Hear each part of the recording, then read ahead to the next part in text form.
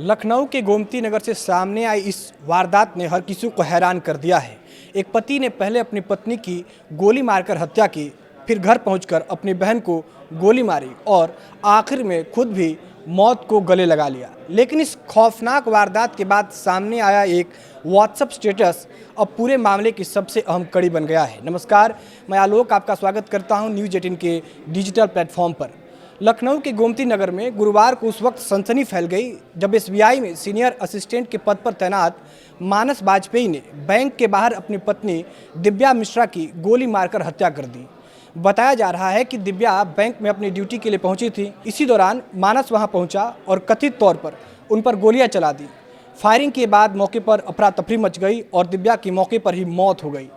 पत्नी की हत्या के बाद मानस यही नहीं रुका, वह सीधे अपने घर पहुंचा और यहीं से इस कहानी का और दूसरा सबसे खौफनाक अध्याय शुरू हुआ। मानस ने अपने मोबाइल के व्हाट्सएप स्टेटस पर पत्नी पर धोखा देने का आरोप लगाया। स्टेटस में उसने लिखा कि उसने अपनी पत्नी की हत्या कर दी क्योंकि वह उसे चीट कर रही थी। इसके बाद उसने अपनी बहन और खुद को खत्म करने की बात भी लिखी।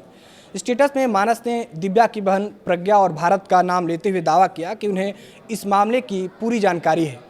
इसके बाद मानस ने अपनी बीमार बहन सीमा को गोली मार दी और फिर खुद को भी गोली मारकर आत्महत्या कर ली।